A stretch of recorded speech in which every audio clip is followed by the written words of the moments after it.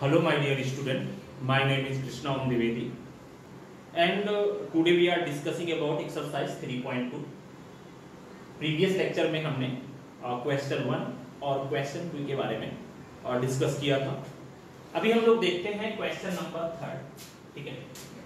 इसमें से है on comparing the ratios of a1 upon a2, b1 upon b2 and c1 upon c2, okay।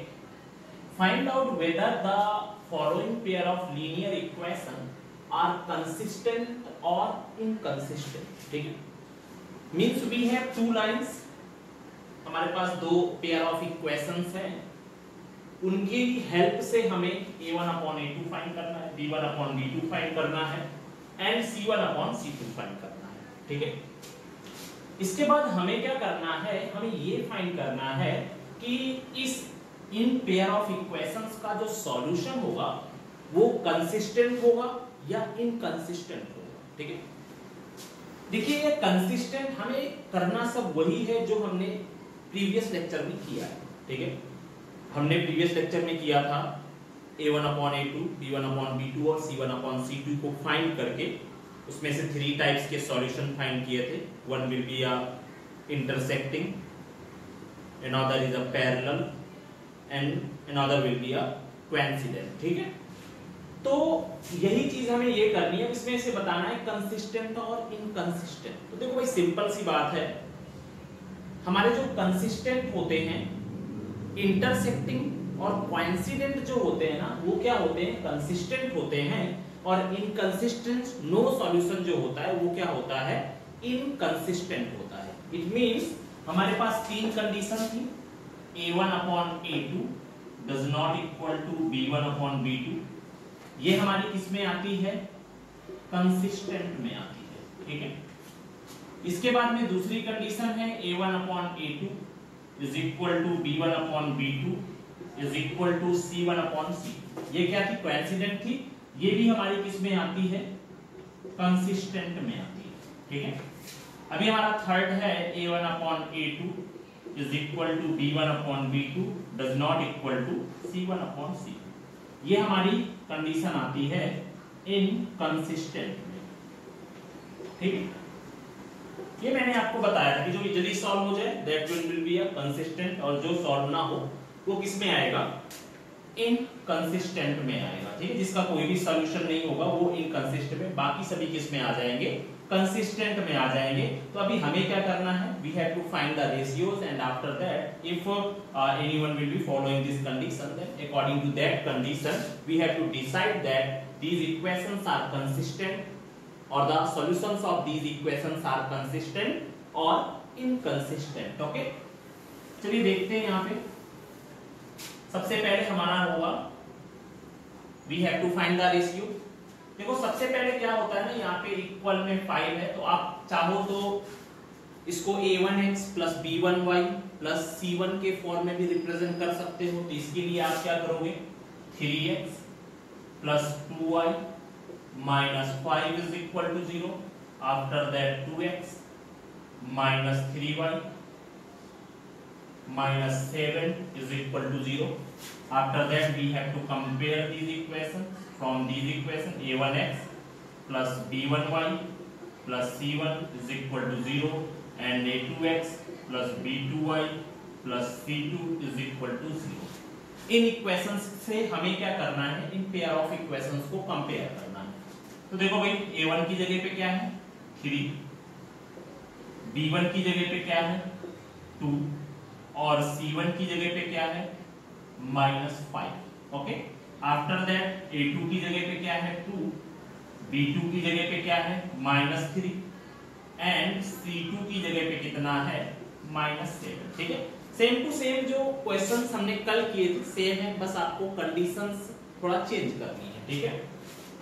Find कर लेते हैं भाई a1 upon a2 कितना है 3/2, इसके बाद में b1 upon b2 that is equal to 2 में -3, मींस पहली दो कंडीशंस ही इक्वल नहीं है, इसका मतलब a1 upon a2 does not equal to b1 upon b2, और ये कैसा हो जाएगा, कंसिस्टेंट टाइप ऑफ सॉल्यूशन, ये हो गया। कोई प्रॉब्लम इसमें, नॉर्मल सा है, you have to find the ratios and after that you can compare these ratios, after that you will get the solution.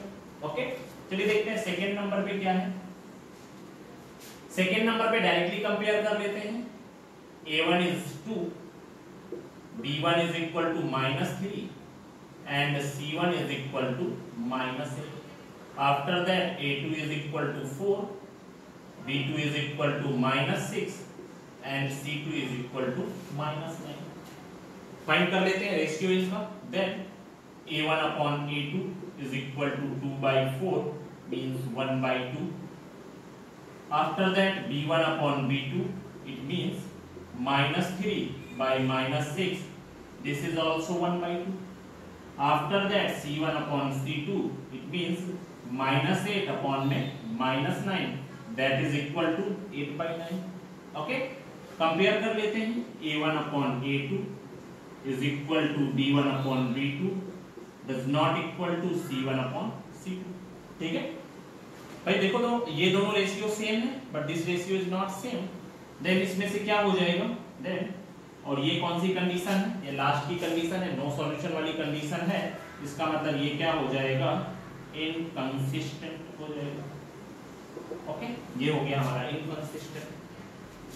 Third देख लेते हैं। देखिए भाई, a1 की वैल्यू 3/2, b1 की वैल्यू 5/3, c1 की वैल्यू -7। ठीक है, c1 की वैल्यू कितनी है, -7 and after that a2 is equal to 9, b2 is equal to -10 and c2 is equal to -40। ठीक है, ये हमारा हो गया। Now you can find the ratios. Then a1 upon a2 is equal to कितना है भाई, 3/2 बाई में कितना हो जाएगा, 9। ओके, इनको सॉल्व कर लेते हैं। कितना हो जाएगा यहाँ पे, 3 बाई में 18 मीन्स 1/6। ओके, इसका भाई ये 1 होगा, ये 1 ऊपर जाएगा, ये 2 नीचे आ जाएगा। आफ्टर दैट b1 अपॉन में b2 मीन्स 5/3 बाई में -10। ओके, तब इसमें कितना है भाई, इसमें से हो जाएगा 5 बाई में -30। ओके, इसमें से कितना हो जाएगा, -1/6। अगर हम लोग देखें यहाँ पर ये दोनों ही सेम नहीं है, it means a1 upon a2 does not equal to b1 upon b2, और अगर ये दोनों सेम नहीं है इट मीन्स ये कैसा हो जाएगा, कंसिस्टेंट। पहली ही कंडीशन को फॉलो कर रहा है, ये हमारा हो गया कंसिस्टेंट। इसके बाद में है यहाँ पर ये थर्ड फोर्थ देखते हैं। a1 is equal to 5, b1 is equal to -3, c1 is equal to -11 and after that a2 is equal to -10, b2 is equal to 6 and c2 is equal to plus में 20। okay, after that we can find the ratios। a1 upon a2 कितना है भाई, 5 by -10, it means 1 by में 2 -1/2। after that b1 upon b2 -3/6, it means -1/2। okay, after that c1 upon c2 means -11 upon में 22, this is also -1/2। ठीक है, it means a1 upon a2 is equal to b1 upon b2 is equal to c1 upon c2। सभी ratio same है, इसका मतलब ये कौन सी coincident की कंडीशन को फॉलो कर रहा है, तो ये हमारा क्या हो जाएगा, ये भी हमारा कंसिस्टेंट टाइप ऑफ सॉल्यूशन हो जाएगा। ओके, तो ये हमारे फोर्थ हो गए। फिफ्थ आप खुद से कर लीजिएगा, सेम टू सेम ही होगा। ठीक है, तो ये हुआ हमारा थर्ड क्वेश्चन का। Now we are discussing about question number 4। Question number 4 है, which of the following pairs of linear equations are consistent, inconsistent if consistent obtain the solution graphically। ठीक है, देखिए भाई यहाँ पर सेम टू सेम जो third question था वही हमारा फोर्थ क्वेश्चन भी है, पर इसमें एक कंडीशन और ऐड कर दी है कि if the solution is consistent then you have to find the solution graphically। ठीक है, जैसे हम लोग पहले ग्राफिकली सॉल्यूशन फाइंड करते थे कि अगर एक जगह पर कट कर रही हैं, दोनों लाइन इंटरसेक्ट कर रही हैं, तो वो आपका यूनिक सॉल्यूशन होता था। अगर एक दूसरे के ऊपर कोइंसाइड होते हुए जा रही हैं, इनफाइनाइट सॉल्यूशन होते थे। अगर एक दूसरे के साथ पैरेलल होती थी तो वहां पर आपके नो सॉल्यूशन का केस होता था। तो वही बोल रहा है कि अगर वो कंसिस्टेंट मिलता है तो कंसिस्टेंट मिलने के बाद हमें ग्राफिकली उसको सॉल्व करना है। We have to find the value of x and y by using graph. Okay, तो चलिए देखते हैं यहाँ पे। जैसे पहला है, सबसे पहले तो हम लोग का मेन वर्क है a1 इज इक्वल टू 1, वही कंपैरिजन करना है हमें इक्वेशंस का। And b1 is equal to 1, भाई x के साथ 1 है, y के साथ 1 है, and c1 is equal to -5। And after that a2 is equal to 2, b2 is equal to 2 and c2 is equal to -10। ये हो गया हमारा। and after that we can find the ratio a1 upon a2 is equal to 1 by 2, b1 upon b2 is equal to 1 by 2, c1 upon c2, this is also -5 by -10, it means 1 by 2। ये हमारा कैसा होगा, means a1 upon a2 is equal to b1 upon b2 is equal to c1 upon c। ठीक है, कैसा solution होगा, ये हमारा कंसिस्टेंट है।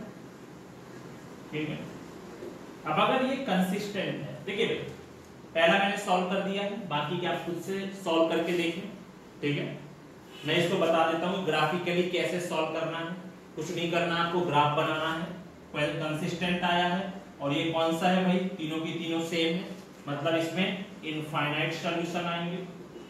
ठीक है, कितने सॉल्यूशन होंगे इसमें, इनफाइनाइट सॉल्यूशन होंगे। ठीक है, तो अभी हमें क्या करना है, इसके लिए दो टेबल बना लेते हैं।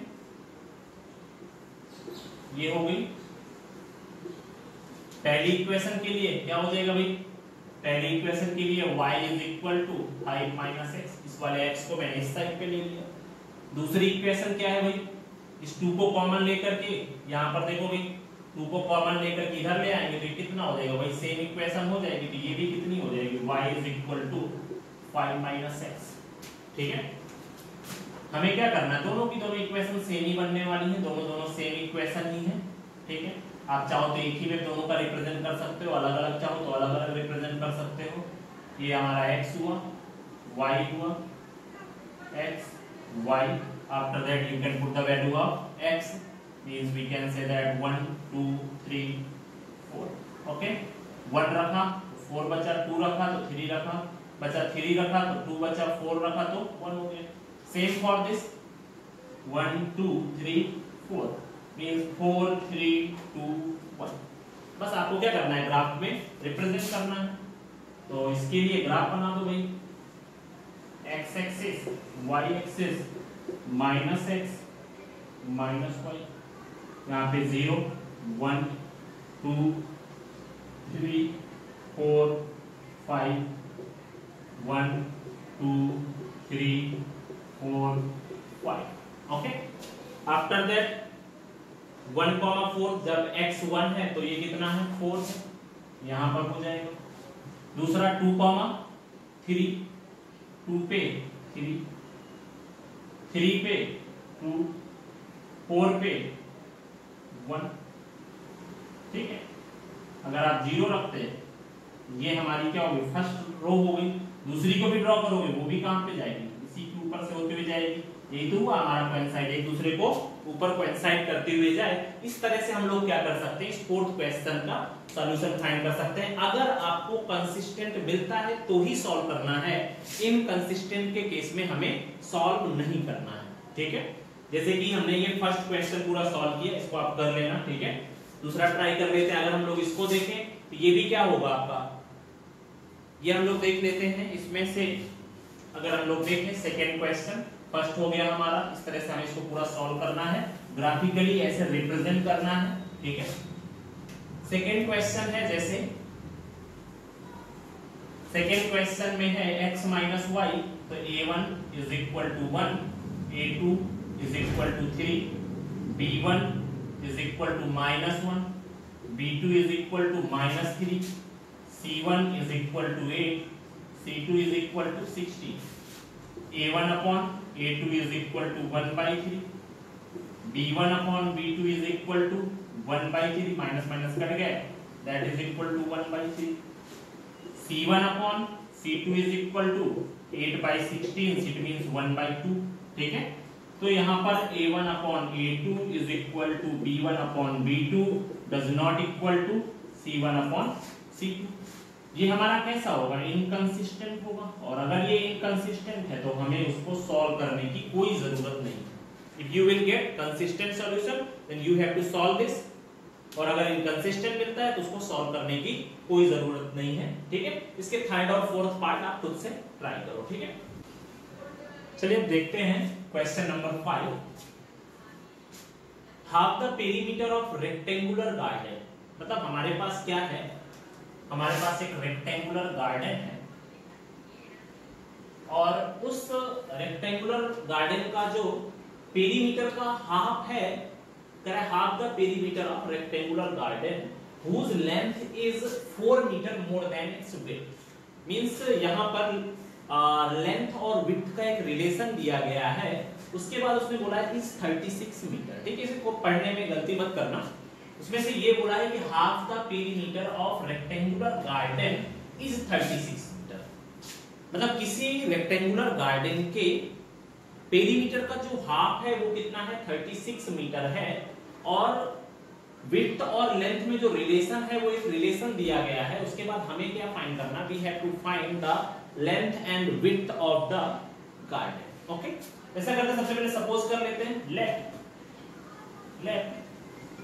The length of garden is L and width of garden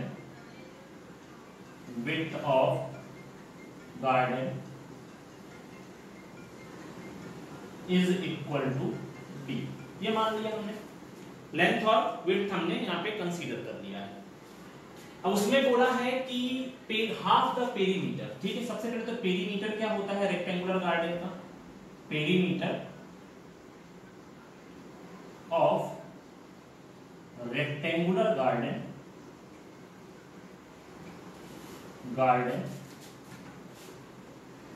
is equal to, क्या फॉर्मूला होता है भाई, 2L प्लस B, ठीक है। ये फॉर्मूला होता है इसका, perimeter of rectangular garden is equal to 2L plus B, okay.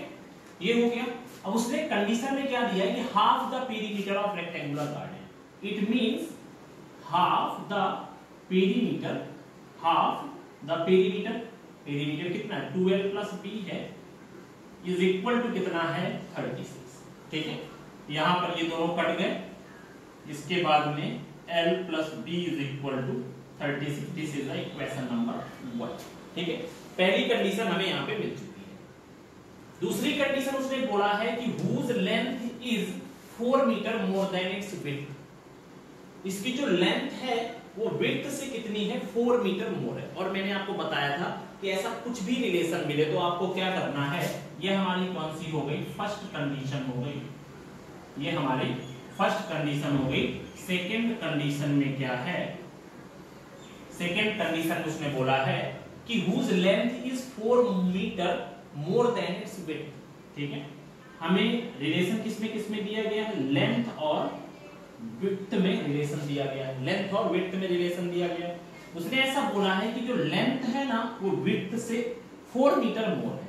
तो आप क्या कर सकते हो, चाहो तो 4 इसमें ऐड कर सकते हो और चाहो तो 4 इसमें सब्ट्रैक्ट कर सकते हो, क्योंकि आपको पता है लेंथ विड्थ से 4 मीटर ज्यादा है। तो आपको अगर इनको दोनों के इक्वल में रखना है तो आपको या तो इसको 4 मीटर कम कर दो या इसको 4 मीटर बढ़ा दो। तो मैंने क्या किया, इसमें से 4 यहाँ पर ऐड कर दिया। अब ये दोनों बराबर हो गए, क्योंकि आपको पता है कि लेंथ विड्थ से 4 ज्यादा थी।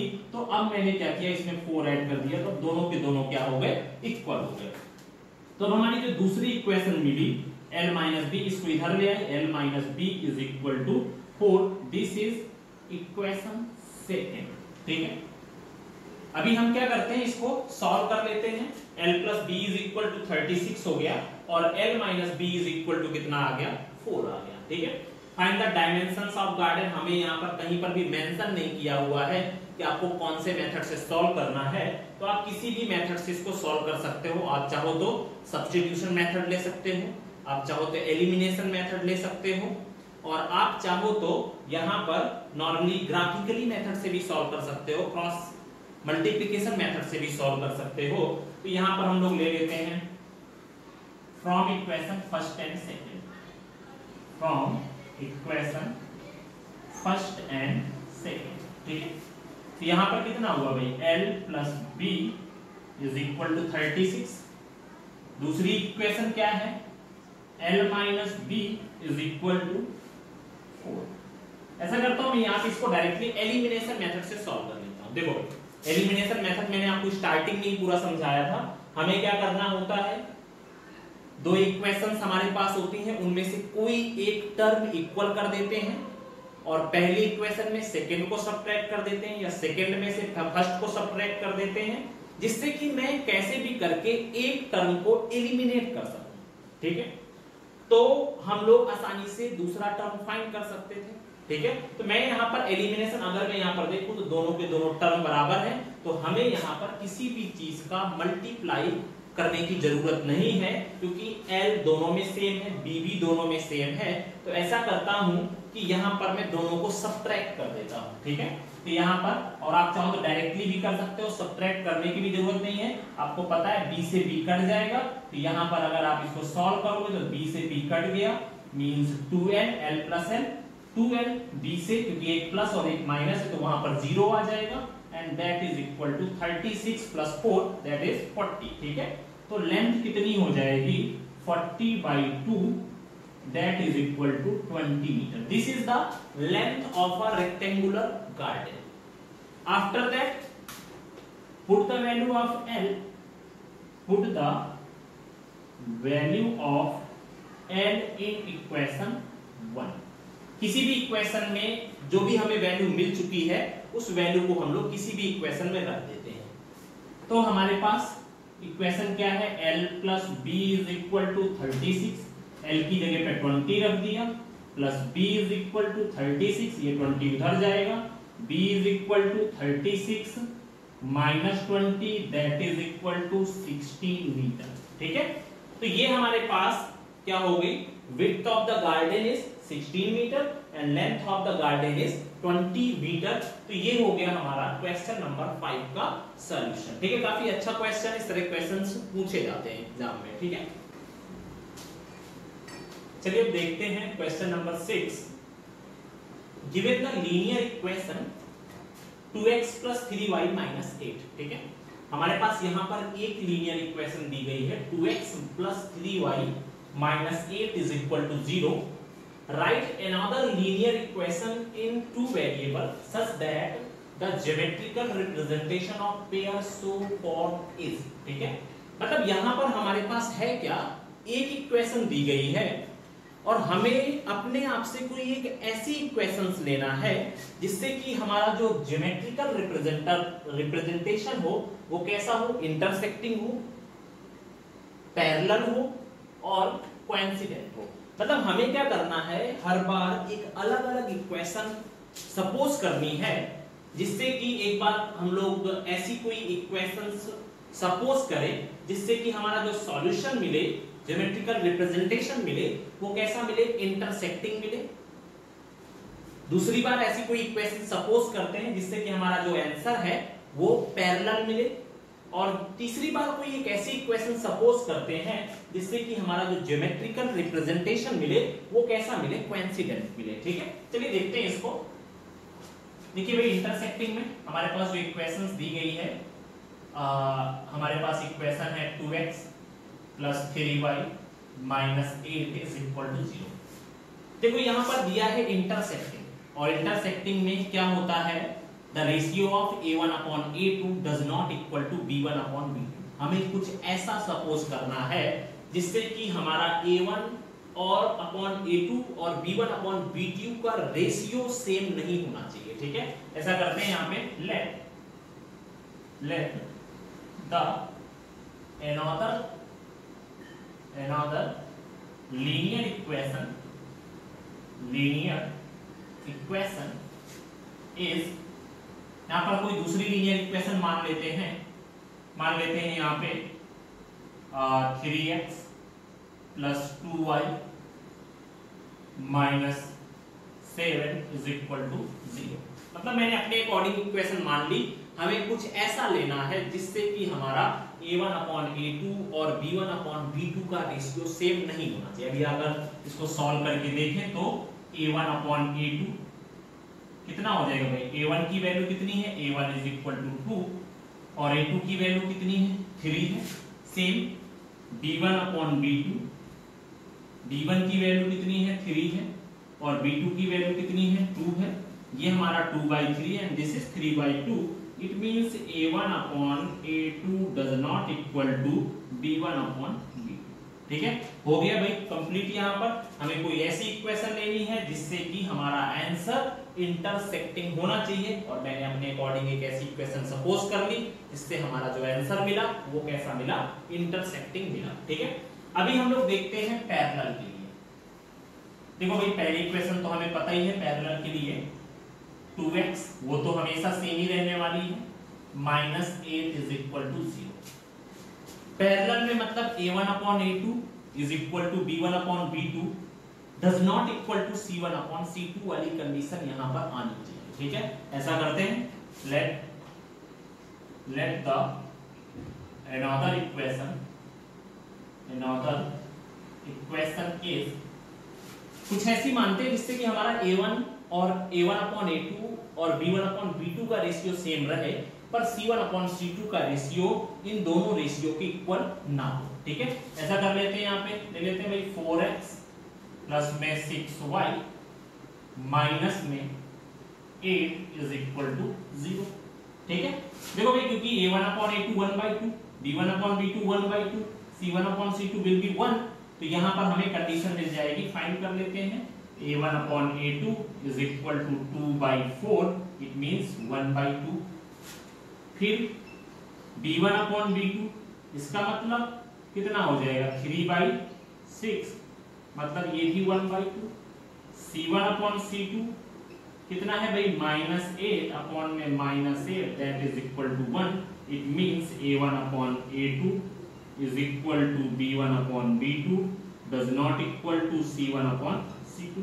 ये हमारी किसकी कंडीशन हो गई, ये हमारी पैरेलल लाइंस की कंडीशन हो गई। ठीक है, अभी हमें कोइंसिडेंट वाले का देख लेना है भाई। यहाँ पर कितना हो जाएगा, पहली इक्वेशन तो पता ही है, 2x plus 3y minus 8 is equal to 0। अभी हमें ये करना है जिससे कि सभी का रेशियो सेम आ जाए, तो ऐसा करते हैं यहाँ पे, इसमें से है तो let the another equation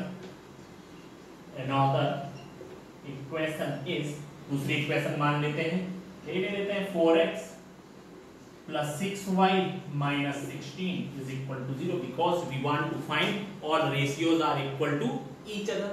इसका मतलब यहाँ पर देखो भाई a1/a2 is equal to 2/4 that is equal to 1/2, b1/b2 that is equal to 3/6 it means 1/2, c1/c2 means -8/16 that is equal to 1/2।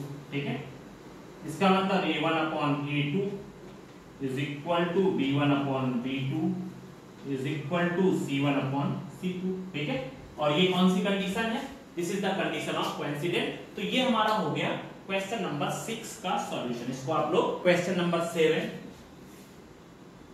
Draw the graph of the equation x minus y plus 1 is equal to 0 and 3x plus 2y minus 12 is equal to 0। ठीक है, हमारे पास दो equation है, एक है x minus y plus 1 और दूसरी है 3x plus 2y minus 12 is equal to 0। ठीक है, determine the coordinates of the vertices of the triangle. हमें क्या फाइंड करना है, determine the coordinate of the vertices of the triangle formed by these lines and the x-axis। मतलब हमें क्या करना है, हमें यहाँ पर एक कुछ इस तरह से ग्राफ में रिप्रेजेंट करना है, ठीक है। You have to represent this line, you have to represent this line। हमारे पास दो लाइन तो हैं और तीसरी लाइन हमें x एक्सिस को कंसीडर करना है, जिससे कि तीन लाइन मिलाकर के क्या बन जाए, एक ट्रायंगल बन जाए, ठीक है। और जब ये ट्रायंगल बनेगा तो form by these lines and x axis, तो ये जो तीनों लाइंस को मिलाकर के जो ट्रायंगल बनेगा तो उनके वर्टिसेस के हमें कोऑर्डिनेट भी बताने हैं। मतलब कि जैसे आप ये लाइन ड्रॉ करो, you will get this line like this, means x minus y plus 1 is equal to 0। ये लाइन हो गई और इसके बाद में दूसरी लाइन हमारी कौन सी हो गई, ये हो गई, this is 3x plus 2y minus 12 is equal to 0। कुछ इस तरह से हो गई। और तीसरी लाइन हमें क्या हो गई, ये हो गई, हमारे पास एक ABC ट्रायंगल बन गया, ठीक है। और अगर ये ट्रायंगल बन जाएगा BC, हमें इस A पॉइंट के कोऑर्डिनेट फाइंड करने हैं, B पॉइंट के कोऑर्डिनेट फाइंड करने हैं और C पॉइंट के कोऑर्डिनेट फाइंड करने हैं। चलिए देखिए इसको कैसे सॉल्व करना है वो देखते हैं। इस क्वेश्चन का मतलब क्या है, कहना क्या चाहता है, वो ये मैंने आपको बताया कि we have two lines, this and we have to take another three line, this x axis, and after that you will get a structure like a triangle। तो हमें क्या करना है, इस बनने वाले ट्रायंगल के तीनों वर्टिसेस के कोऑर्डिनेट बताने हैं, ठीक है। चलिए देखते हैं। हमें सिर्फ इसको ग्राफिकली रिप्रेजेंट करना है। सबसे पहले इक्वेशन है हमारी x minus y plus 1 is equal to 0, ठीक है। इसमें से हम लोग ऐसा करें, उस y को उधर ले जाते हैं, then y is equal to x plus 1, ठीक है। हमारे पास यहाँ पर इसको रिप्रेजेंट कर लेते हैं बॉक्स में। देखिए भाई, ये हमारा x हुआ, ये y हुआ। यहाँ पर हम लोग कुछ ऐसे 0 1 -1, ठीक है, ऐसा कुछ रिप्रेजेंट कर लेते हैं। देखो हमें क्या है ना, यहाँ पर x इज इक्वल टू 0 लेना है, ठीक है। और कैसे भी करके हमें इसमें से x एक्सिस को भी लेकर के आना है, ठीक है। तो इसमें से अगर हम लोग देखें तो जब मैंने x की जगह पे 0 रखा तो यहाँ पे 1 आया, 1 रखा तो 2 आया, -1 रखा तो यहाँ पर कितना आ गया, 0 आया, ठीक है। यहाँ पर इतना हुआ तो देखो भाई यहाँ पर मुझे कितना मिला, जब मैंने x की जगह पे 0 रखा तो मुझे y की वैल्यू 1 मिली, x की जगह पे 1 रखा तो 1 + 1 2 मिला, यहाँ पर -1 + 1 दैट इज इक्वल टू 0, ठीक है। अभी यहाँ पर second equation, now second equation क्या है भाई, 3x + 2y - 12 is equal to 0, ठीक है। तो अभी मैं क्या करूंगा, यहाँ पर 2y इज इक्वल टू कितना हो जाएगा, 12 - 3x हो जाएगा। ये 3x उधर गया, इस 2 को भी नीचे ले लेते हैं, देन 12 - 3x बाई में 2, ये हो गया। अब इसके लिए भाई टेबल बना लेते हैं।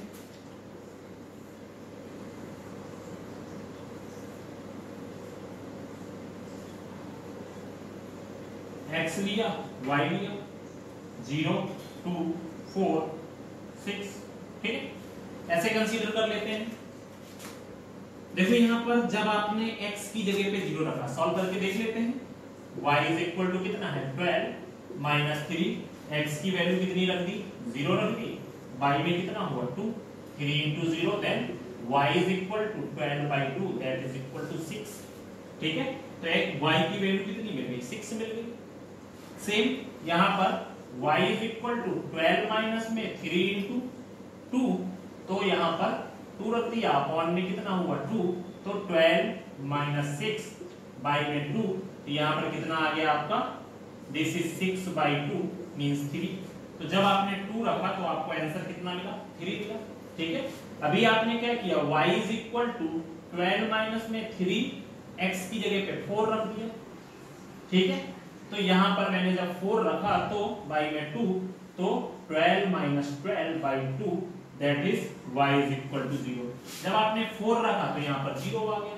देखो हमें क्या करना है, यहाँ पर कुछ ऐसे कोऑर्डिनेट, कुछ ऐसे पॉइंट्स मानने हैं जिससे कि हमें x इज इक्वल टू भी 0 ले और हमें कहीं ना कहीं से y इज इक्वल टू, क्योंकि आपको पता है जब आप यहाँ पर एक्स एक्सिस में कोई स्ट्रक्चर बनाओगे तो एक्स एक्सिस में y इज इक्वल टू 0 होना ही चाहिए। तो आपको कुछ ऐसे पॉइंट्स यहाँ पर मानने हैं जिससे कि हमारा y इज इक्वल टू 0 आ ही जाए। ठीक है, देखो यहाँ पर दोनों जगह पे y इज इक्वल टू, क्योंकि अगर आपको x एक्सिस में किसी स्ट्रक्चर को बनाना है तो वहां पर हमें कैसे भी करके y इज इक्वल टू 0 लाना पड़ेगा, और अगर आपको y एक्सिस में कोई भी स्ट्रक्चर बनाना है तो हमें x इज इक्वल टू 0 लेना पड़ेगा। ठीक है, तो चलिए देखते हैं इसमें कैसे करेंगे। ठीक है, अब इसको हमें बना देना है। यहां पर हम लोग ड्रॉ कर लेते हैं। ठीक है, कहां तक है? मैक्सिमम 6 है, ये x हुआ, ये y हुआ, minus x and minus y। ठीक है, यहाँ पर है x एक्सिस में 0 से 4, यहाँ पे 0 1 2 3 एंड 4। ठीक है, और x में माइनस -1 -2 -3 -4। ओके, y में 1 2 3 4 5 6 -1 -2 -3 -4 -5 माइनस। ठीक है, अभी हम इसको ड्रॉ कर देते हैं। देखो भाई, x की जगह पे 0 और y की वैल्यू कितनी है? 1 है। ये हमारा पहला कोऑर्डिनेट यहाँ पर आ गया। x की 1 है तो y की वैल्यू 2 है। दूसरा कोऑर्डिनेट कहां पर आ जाएगा? यहां पर आ जाएगा। x -1 है तो y कितना है? 0 है। ठीक है, जब हमने -1 लिया तो यहाँ पर ये कुछ ऐसे आ गया। इसको हम लोग कैसे ड्रॉ कर सकते हैं? ये कुछ ऐसा हो जाएगा। ठीक है, अभी हमने क्या किया, यहाँ पर दूसरे को बना लेते हैं भाई। जब हमने x इज इक्वल टू 0 लिया तो y हमें कितना मिला? 6 मिला। जब x हमने 0 लिया तो y 6 मिला। जब हमने x 2 लिया तो y हमें कितना मिला? 3 मिला। जब हमने x 2 लिया तो y हमें कितना मिला है? 3 मिला है। और जब हमने x 4 लिया है तो y हमें कितना मिला है? 0 मिला है। ठीक है, तो ये हमारा कितना हो जाएगा? ये लाइन हमारी कैसी आएगी? तो कुछ इस तरह से होते हुए जाएगी। ठीक है, ये हमारा कुछ इस तरह से। अभी हमें क्या करना है? प्रॉब्लम ये है कि ये लाइन कहीं मिल नहीं रही है, तो इसमें से हम लोग क्या ले लेते हैं? 2 ले लिया, x इज इक्वल टू 2। जब हमने यहाँ पर x इज इक्वल टू 2 लिया तो y की वैल्यू कितनी आएगी भाई? 2 + 1 दैट इज इक्वल टू 3। ठीक है, जब हमने यहाँ पर 2 लिया, ये कितना मिला हमें? 3। ये हमारा कहाँ पर आ जाएगा? ये हमारा ये कोऑर्डिनेट हो जाएगा 2, 3। ठीक है, अभी अगर आप देखो तो यहाँ पे परफेक्ट एक ट्रायंगल बन चुका है। इसका कोऑर्डिनेट कितना है? इसका कोऑर्डिनेट है 2, 3। इसका कोऑर्डिनेट कितना है? x पे -1 है, y पे 0 है। इसका कोऑर्डिनेट कितना है? x पे 4 है, ये आपका 0 हो गया। यहाँ पर हमें 3 कोऑर्डिनेट मिले। उसने यही बोला है कि आपको x एक्सिस, और ये हमने क्या किया, यहाँ पर ये जो लाइन है ये किसकी है? x - y + 1 is equal to 0 की है। और ये लाइन किसकी है? 3x + 2y - 12। और ये क्या है? ये हमारा है x एक्सिस। उसने यही बोला था कि x - y + 1 is equal to 0 और 3x + 2y - 12 is equal to 0। और x एक्सिस की हेल्प से हमें एक ट्रायंगल बनाना है, और जो भी ट्रायंगल बने उसके कोऑर्डिनेट हमें फाइंड करने हैं। ये क्वेश्चन काफी इंपॉर्टेंट है, बोर्ड एग्जाम में भी पूछा गया है। इसको आप सही से समझ के करें। ठीक है, तो इसमें से हमारे पास जो ट्रायंगल के कोऑर्डिनेट मिले हैं वो कोऑर्डिनेट हमारा क्या है? ए का कोऑर्डिनेट है 2, 3, बी का कोऑर्डिनेट है -1, 0 और हमारा सी का कोऑर्डिनेट है 4, 0। तो ये हमारा हो जाएगा क्वेश्चन नंबर 7 का सॉल्यूशन। और ये काफी अच्छा क्वेश्चन है, इसको एक बार अच्छे से समझ के करना है आपको, बाकी और कुछ नहीं है। ग्राफिकल रिप्रेजेंटेशन है और उसमें से जो एक नया टर्म ऐड किया है कि you have to draw these lines with x axis, और जब आपको एक्स एक्सिस के साथ कोई भी लाइंस ड्रॉ करनी हो तो एक्स में वाई की वैल्यू 0 है, तो आपको हमेशा यहाँ पर कुछ ऐसे पॉइंट मानने हैं जिससे कि हमें कहीं पर भी y इज इक्वल टू 0 एक बार तो मिल ही जाना चाहिए। देखो यहाँ पर हमारा -1 रखा तो y इज इक्वल टू 0 पहली इक्वेशन में मिला, और दूसरा हमने जब 4 रखा तो हमें y इज इक्वल टू 0 यहाँ पर मिला। तो दोनों की दोनों लाइन कहीं ना कहीं x एक्सिस से मतलब x एक्सिस से पास होंगी, और अगर x एक्सिस से पास होंगी तो वो 100% x एक्सिस के साथ ही ट्रायंगल बनाएंगे। ठीक है, तो ये हुआ हमारा क्वेश्चन नंबर 7 का सॉल्यूशन, और एक्सरसाइज 3.2 हमारी खत्म हुई। ठीक है, ओके, इसको कर